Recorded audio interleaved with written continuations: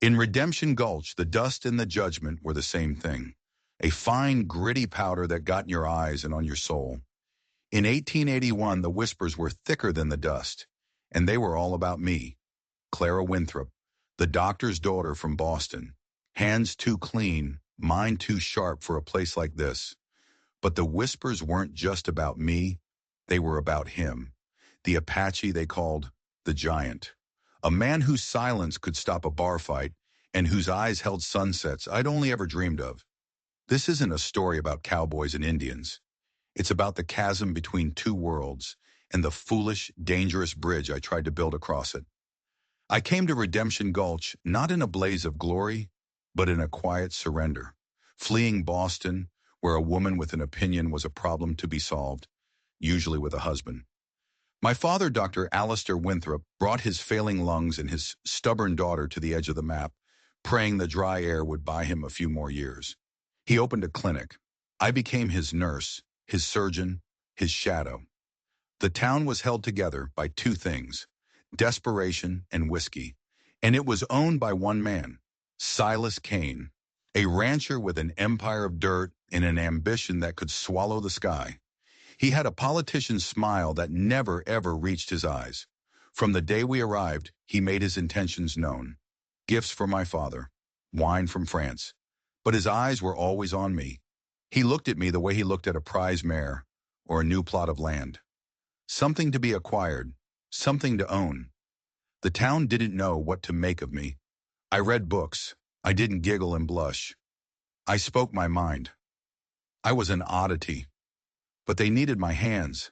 I stitched up prospectors after knife fights. I delivered babies in shacks that were hotter than hell itself. I even set the leg of Sheriff Brody's son. I earned their respect, but it was a cold, grudging thing. And then I saw him. A month after I arrived, a freight wagon overturned on the main street. The driver's leg was a ruin of splintered bone and blood. As my father and I worked, a silence fell over the crowd, a different kind of silence. I looked up, and there he was. He wasn't just tall. He was a piece of the mountain, come down to walk among men, a head and shoulders above everyone. His chest strained the seams of his shirt. His hair was long and black, held back by a leather cord. But it was his face that stole the air from my lungs. It was all sharp angles, carved from stone and time. And his eyes, dark, deep, and they missed nothing. He was Apache, that was plain. But he moved with a stillness that was more dangerous than any gun. He just stood there watching. His gaze was fixed on my hands as I cleaned the wound, as I prepared the splint. The townsfolk gave him a wide berth. You could feel their fear, their hate, shimmering in the air. Silas Kane, watching from his porch, stepped forward. "That's far enough, savage," Kane said. His voice dripped with contempt. The Apache's eyes flickered to Kane. It was just a glance, but it was so full of dismissal it was a slap in the face. Then his eyes came back to me. He held my gaze for a long moment. Then he turned and walked away, disappearing into the heat haze as if he were a ghost. "Who is that?" I asked my father later. My voice was a whisper. "Locals call him Taza," he said, wiping sweat from his brow. "Means giant in their tongue. Chiricahua Apache. Lives up in the Dragoons. Comes to town for supplies. Never says a word. Never causes trouble. But people fear him." My father looked at me, his eyes serious. "Silas Kane lost a brother in an Apache raid years ago. He hates them. Steer clear of that man, Clara. Both of them." I tried to listen, I really did. But Taza became a silent part of my world. I'd see him at the edge of town, a solitary figure watching.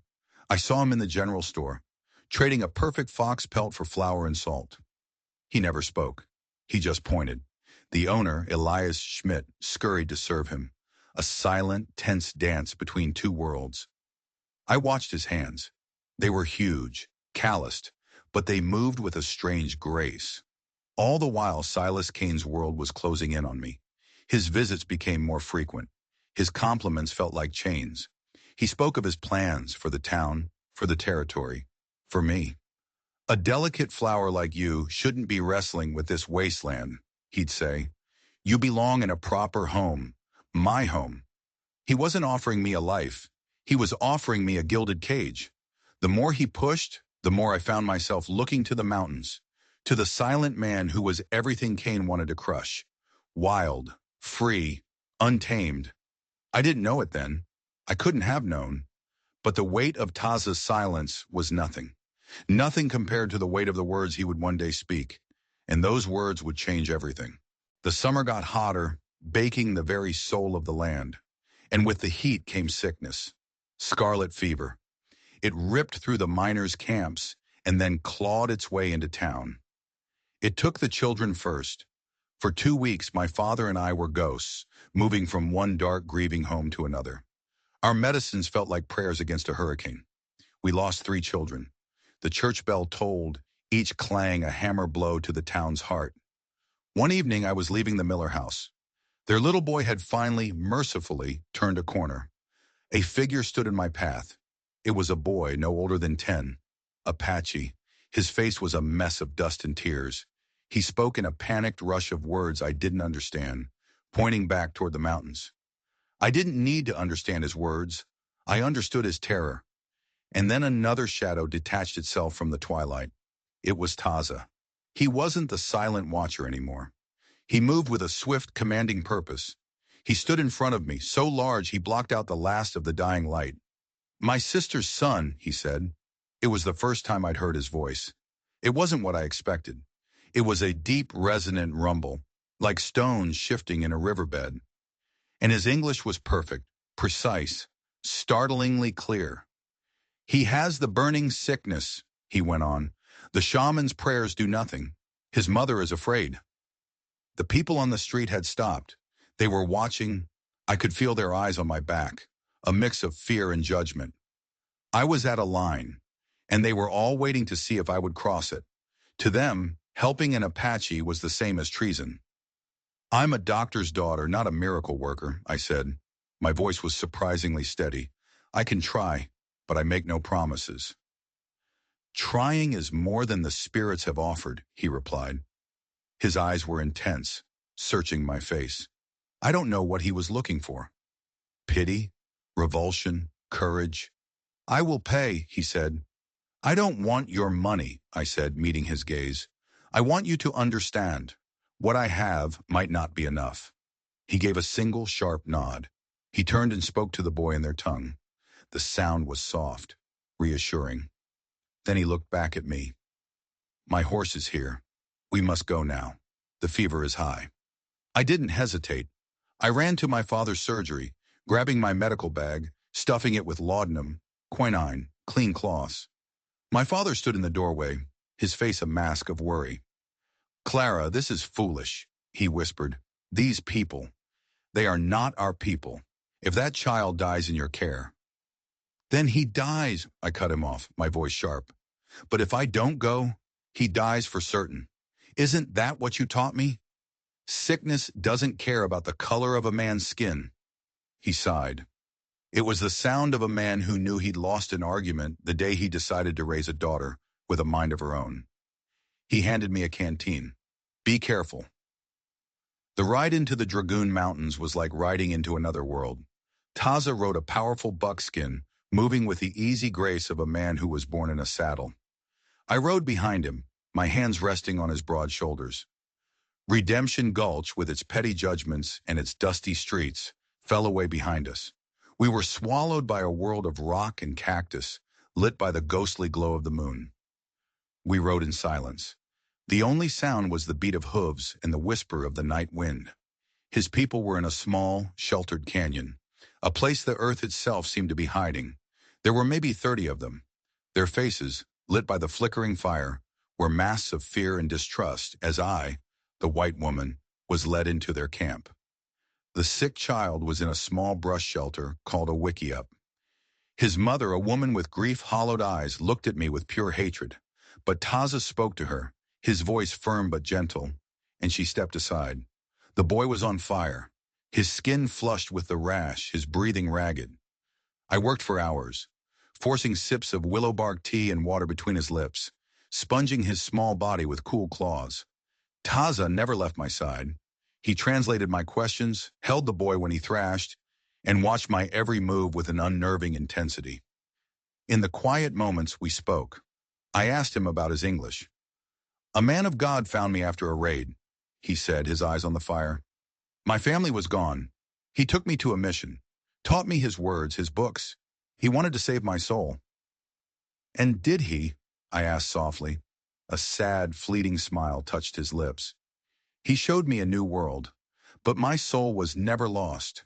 It was waiting for me here, in these mountains." He told me his Apache name was Tasa, but his mission name was Joseph. He was a man caught between two worlds, belonging to neither. He'd read Shakespeare, but he knew the language of the hawk.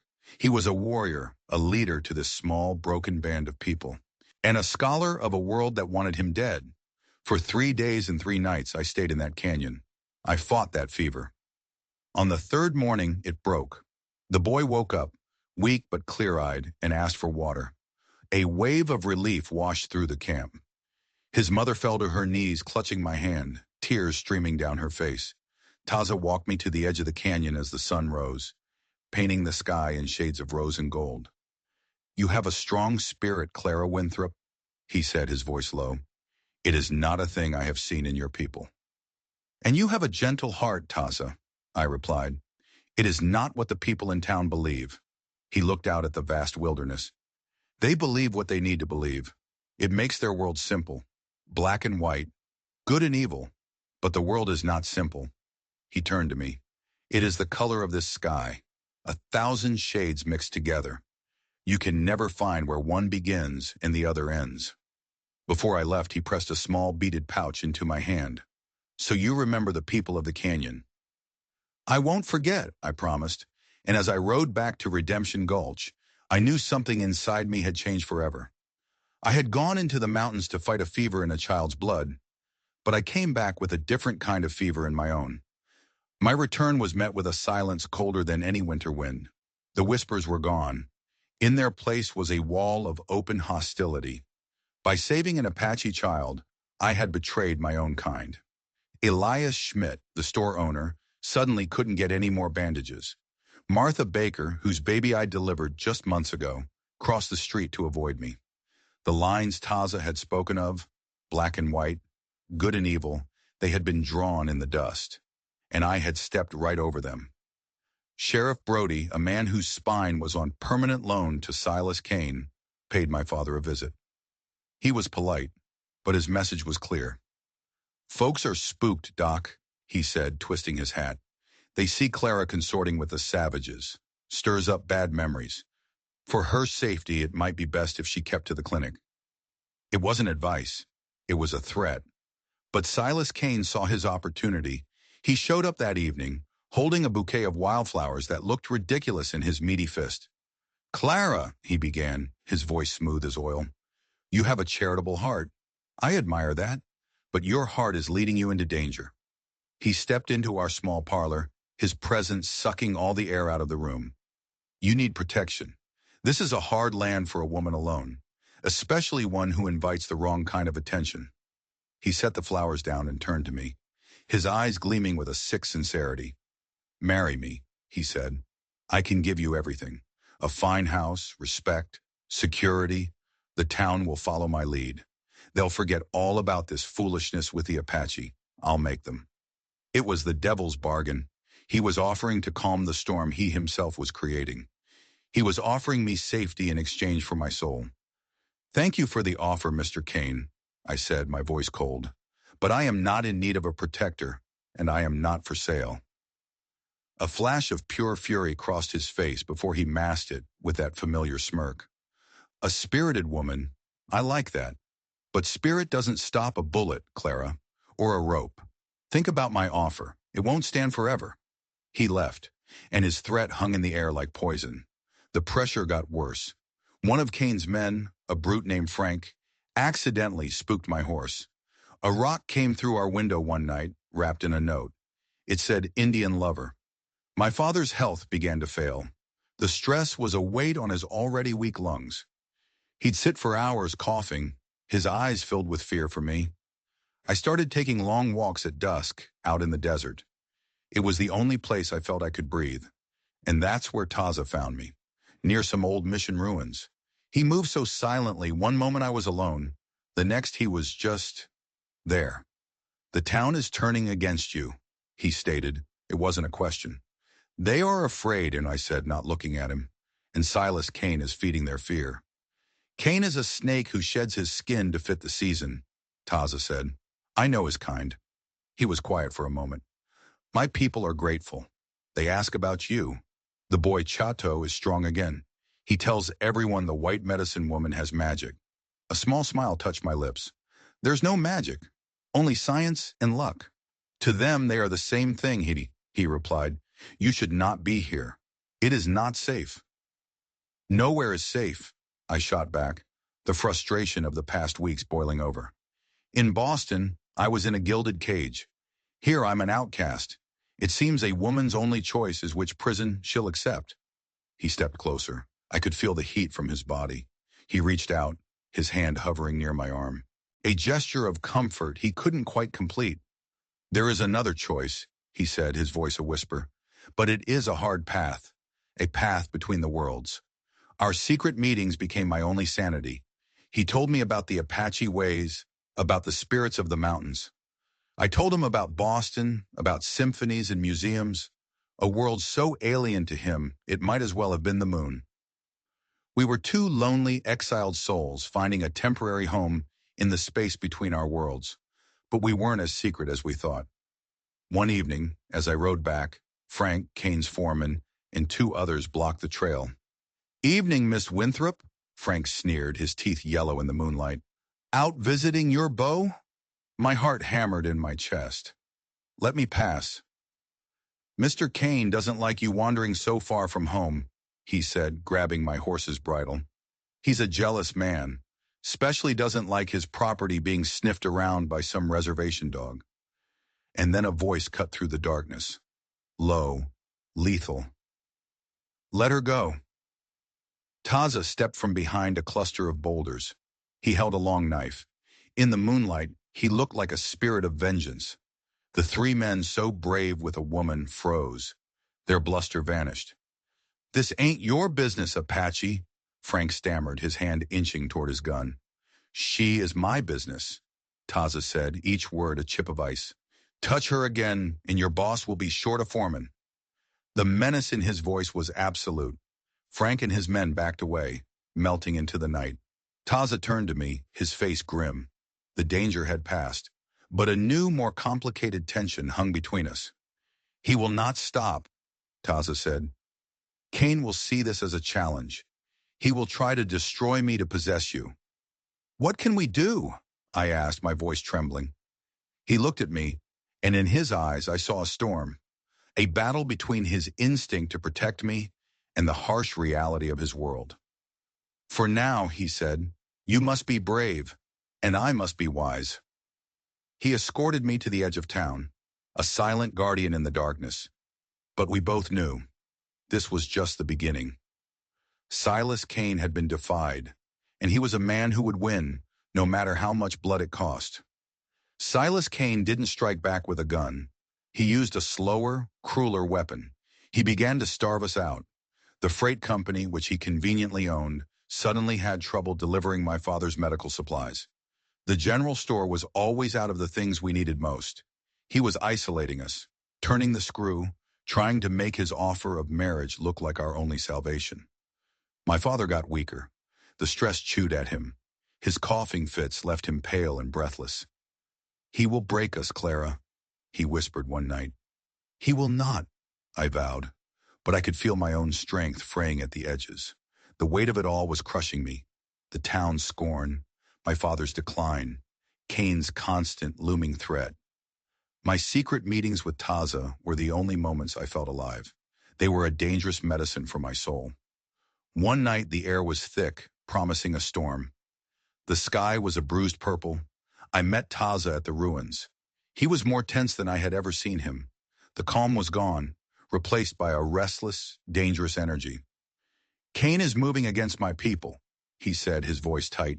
He's accused us of rustling his cattle. It's a lie, a pretext. Sheriff Brody has a warrant to search our camp. They'll use it as an excuse to... I couldn't finish the sentence. To kill us, Taza finished for me. His voice was flat, devoid of hope. To clear the land. It is an old story. The white man wants the land, so he creates a monster to slay. This time, I am the monster. A cold, sharp fear pierced through me. You have to run. Take your people. Go north. Run where? He asked, a bitter edge in his voice. This is our home. These mountains have been the home of my ancestors for 1,000 years. There is nowhere left to run. He turned to face me, the rising wind whipping his long hair. I will not run. We will fight, and we will die on the land that is ours. The finality in his voice was terrifying. There was no arguing. This was a clash of worlds, and he was standing on the fault line. There has to be another way, I pleaded, stepping closer. Don't let him make you a martyr. It is better to be a martyr for your people than a dog in a cage, he said fiercely. Then his whole expression softened. The anger was replaced by a deep, profound sadness. He looked at me, really looked at me, as if he was trying to memorize my face. Clara Winthrop, he said, his voice dropping to a low murmur, almost lost in the wind. From the first moment I saw you with blood on your hands and no fear in your eyes, I saw your spirit. You do not belong in his world of cages. He reached out and gently touched my cheek. His hand was rough, calloused, but the touch was so tender it sent a shiver through me. I have walked a lonely path, he continued, his thumb tracing the line of my jaw. I have read your people's books about love. I thought it was just a word, a pretty lie. I was wrong. Tears pricked my eyes. The storm inside me finally broke. All the fear, the loneliness, this new, terrifying, wonderful feeling, it all coalesced into a single aching point in my chest. Taza, I whispered, my voice choked. He moved closer, his towering frame shielding me from the wind. His dark eyes held mine, and in their depths, I saw a raw, heartbreaking vulnerability. My life may be short, he said, his voice thick with emotion. Tomorrow I may be a ghost that haunts these mountains. I have nothing to offer you. No fine house, no safety, no future that is not stained with blood. But I will say this, here, in this moment. He leaned in, his forehead resting against mine. I could feel his breath on my lips, warm and alive. And then he said the words that would echo in my soul for the rest of my life. I want to be the first man you kiss, he whispered, his voice trembling with the force of his own confession. And the last man you love. The world just stopped. The wind died. The impending storm held its breath.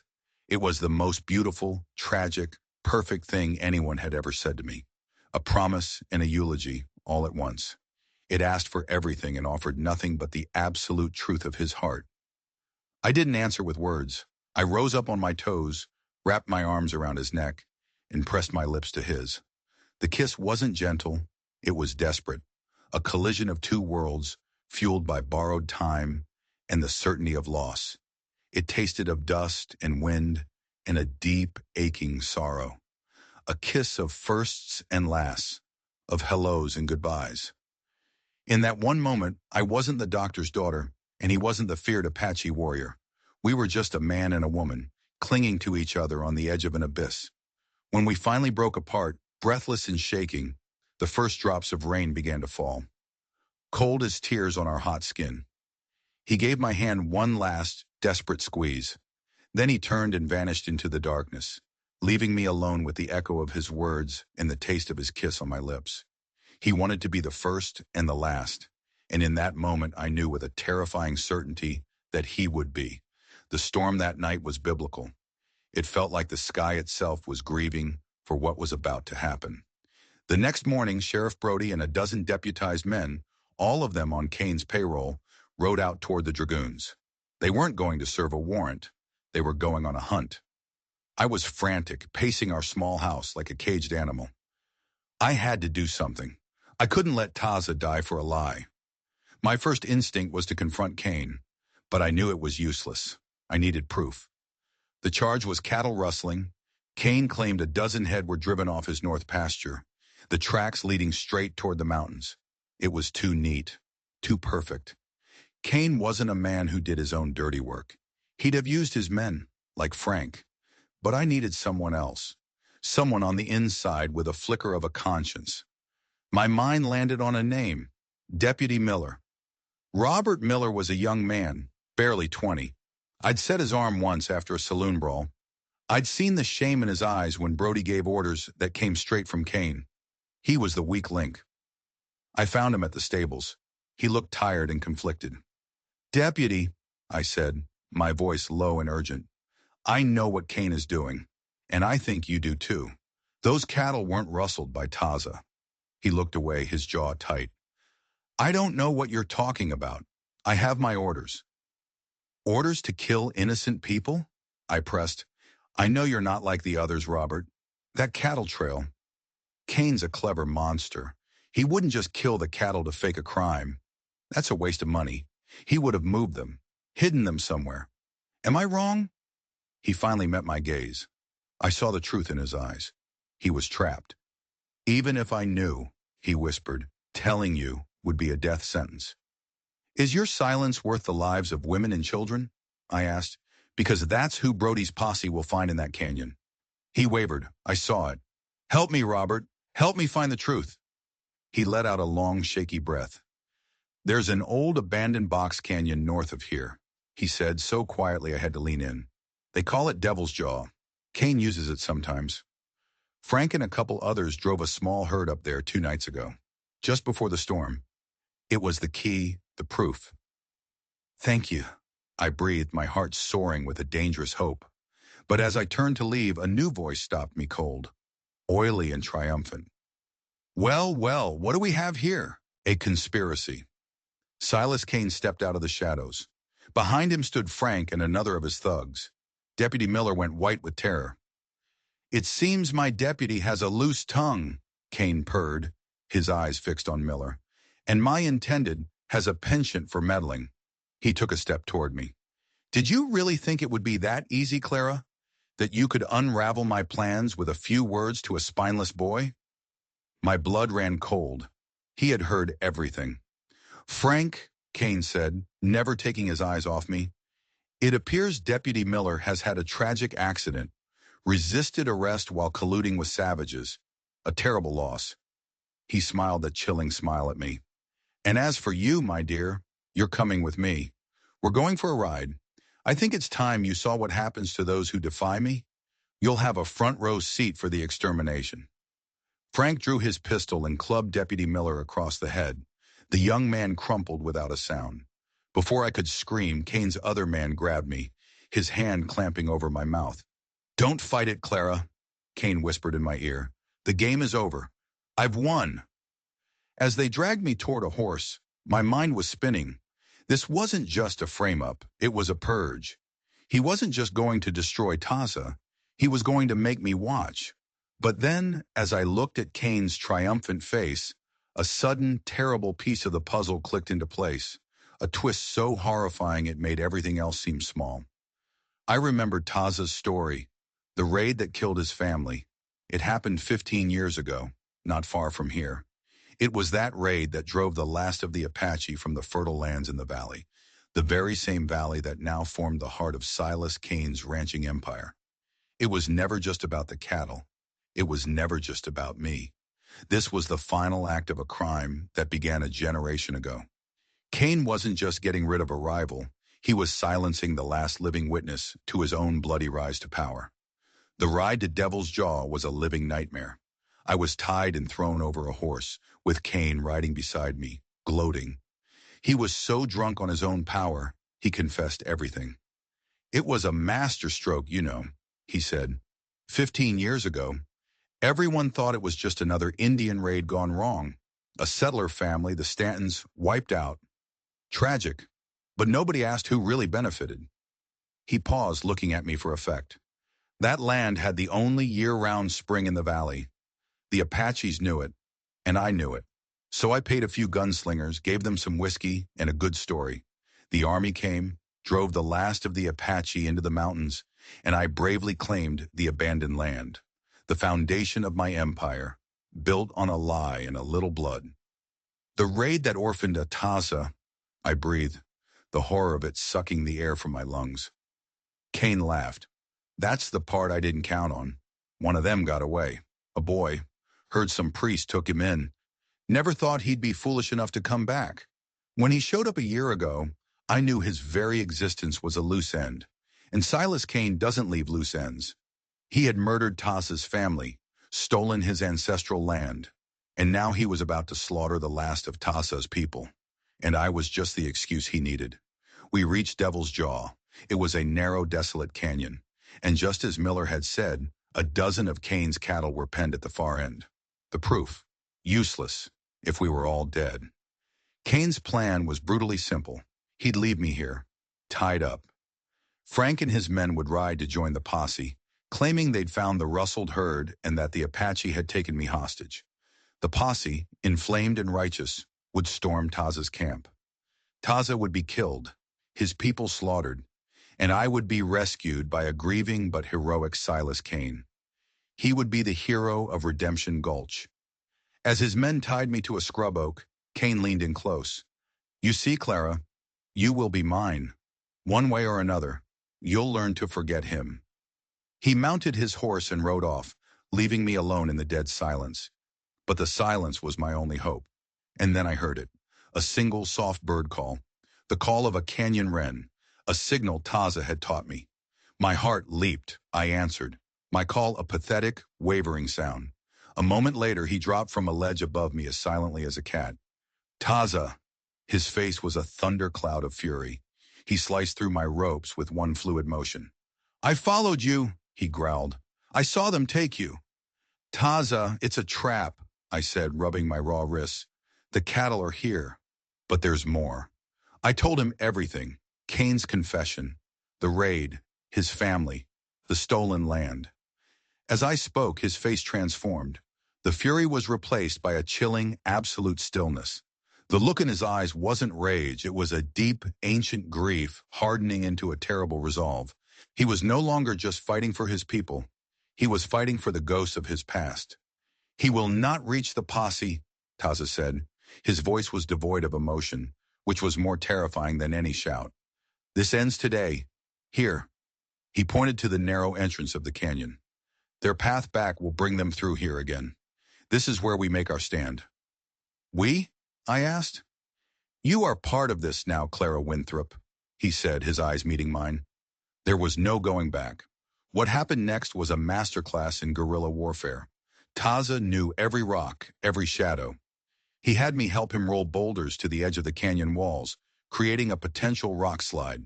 He found a narrow crevice for me to hide in. Do not make a sound until it is over, he commanded. Then he disappeared, melting into the rocks. The canyon was silent again, but now it was a silence that hummed with deadly purpose. An hour later, Cain and his two men rode back into the canyon, laughing. They never saw it coming. An arrow fired from an impossible angle took Frank's horse in the neck. The animal screamed, throwing Frank to the ground. Before the others could react, Taza dropped from a ledge behind them. He dispatched the second man with brutal, silent efficiency. The man was dead before he hit the ground. Cain, his face a mask of shock, fumbled for his pistol. He fired a wild shot that ricocheted off the canyon wall. Taza was already moving, weaving through the rocks like a phantom. Cain fired again, and again. Then Taza let out a cry, not of pain, but a raw, primal war cry that echoed off the stone walls, a sound filled with the grief and rage of 15 years. He charged. He ignored the pistol, closing the distance in 3 massive strides. He slammed into Cain, and the two men went down. It wasn't a fight. It was an execution. Taza, fueled by a righteous fury, avenged his mother, his father, his people, with his bare hands. When it was over, Taza stood, breathing heavily, splattered with blood. He looked down at the man who had stolen his past and tried to steal his future. Then he looked up, his gaze finding my hiding place. The reckoning was complete. But a new problem was bearing down on us, the thunder of approaching hooves. Sheriff Brody and a dozen armed men, who had heard the shots, were now riding hard in our direction. Taza stood over Cain's body. The fire of vengeance cooled, leaving only a weary, exhausted man. They're coming, I said, scrambling down from my hiding place. They'll see this and they won't ask questions. They'll kill you. He looked at me, his eyes dark with all the horrors he had seen and done. "Go," he said, his voice raspy. "Tell them Cain kidnapped you. Tell them I did this and fled. They will hunt me, but you will be safe." "No," I said, my voice resolute. I walked over and picked up Frank's pistol. The metal was cold and heavy. "I am not leaving you. We end this together, with the truth." Just then, another figure appeared at the canyon entrance. Deputy Miller. His head was bandaged, his face bruised but determined. He held a rifle. "Miss Winthrop," he said, panting. I heard the shots." His eyes widened as he took in the carnage. "Miller, thank God," I said quickly. "Cain confessed everything. He killed Taza's family 15 years ago for this land. These cattle are the proof." Miller looked from me to Taza, then to the bodies. He had a choice. Side with the dead devil he knew, or the living truth he feared. "The posse is minutes away," Miller said, his voice shaking. "They'll shoot first and ask questions never." "Then we must give them a reason to ask," Taza said. He walked over to the penned cattle and, with a powerful slash of his knife, cut the ropes of the gate. He slapped the nearest steer, and the small herd began to thunder out of the canyon. "What are you doing?" I cried. "Creating confusion," he said. He grabbed my arm. "Miller, tell them the truth. You are their law now. Your word against a dead man's." He looked at the young deputy, an appeal in his eyes. "Be the man you wanted to be when you pinned on that star." Without waiting for an answer, Taza pulled me toward the back of the canyon. Just as Sheriff Brody and the posse galloped into the entrance, they were met by the stampeding cattle. The chaos of shouting men and panicked horses gave us the cover we needed. Taza practically threw me up the first series of ledges. We scrambled up the rock face, my lungs burning. Below, I could hear Brody restoring order. I heard Miller's voice, high-pitched but clear, trying to explain. We reached a high, narrow ledge. We were exposed. A rifle shot pinged off the rock near my head. They'd seen us. "They won't stop hunting me," Taza said, pulling me behind an outcropping. "As long as I am here, your life will be in danger. You must go back down, tell Miller's story. With Cain dead, they might listen." "And what will you do?" I asked, my heart breaking. He looked out at the vast wilderness. "I will do what my people have always done," he said. "I will survive." He turned to me and cupped my face in his hands. They were stained with dirt and blood, but his touch was impossibly gentle. "He is dead, Clara," he whispered. "The ghost that haunted me is gone, but his world remains, and in his world, there is no place for us." "We can make a place," I insisted, tears streaming down my face. "Go north, to Canada, somewhere they don't know us." A sad smile touched his lips. "Your heart is brave, but the world is large, and its memory is long. A white woman and an Apache warrior. We would be hunted for sport." He leaned in and kissed me. Not like the first time. This was a kiss of deep, profound love and unbearable sorrow.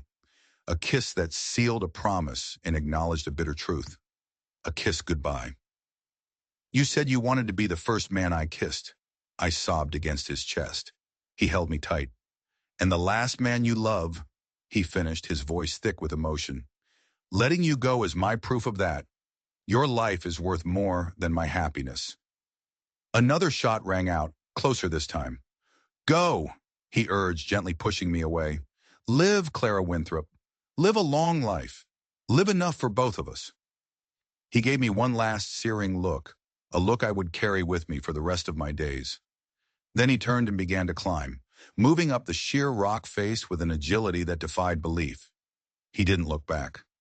I stood on that ledge watching him go until he was just a speck against the infinite sky, a giant swallowed by the vastness of his own land. Below, the shouting had stopped. Deputy Miller had convinced them to hold their fire. I took a deep breath and began my slow, careful climb back down. Back to the world of men, leaving my heart on a mountain ledge with the last man I would ever truly love. And so, the official story was written. Deputy Robert Miller, a hero, uncovered Silas Cain's treachery. Cain resisted arrest and was killed. The Apache, Taza, accused of kidnapping me, had fled into the mountains, a fugitive from a justice he didn't trust. I corroborated the story. My father and I left Redemption Gulch a month later, seeking a gentler climate in California. But that's just the story they tell. The real story, the one I've shared with you, lives on, not in history books, but in the echoes of the heart. The story of Tasa and Clara is a testament to a love that dared to exist in a world determined to destroy it.